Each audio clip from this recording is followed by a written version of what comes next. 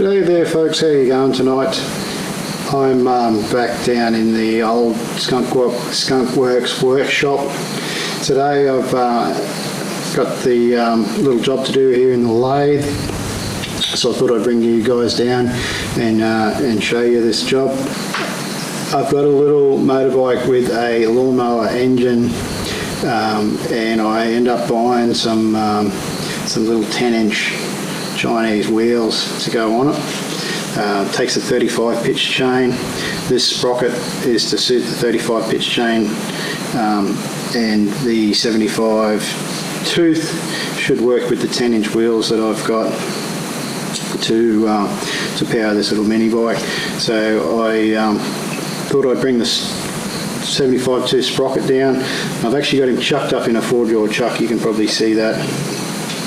And so when I was setting him up, I just kept adjusting the 4 jaws until such time as I had the same amount of clearance. I just used the cutter as a guide, kept turning it and adjusting until I had it square, adjusted on the face the same so that it was square all the way around, and then set him up in the lathe.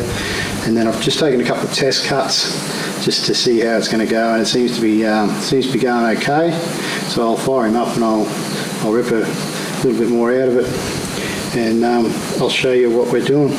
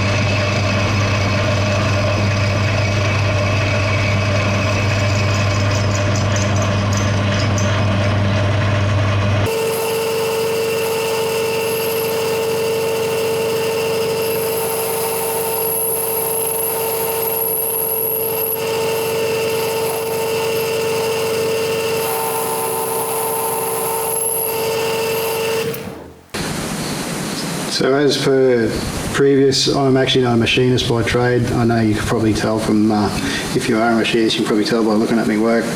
And that noise you can hear is, I think that it's a tungsten carbide tip tool I'm using, but I think it's a little bit low and I can't lift it up anymore. There's not enough room in my tool post, so it's actually just not the right tool.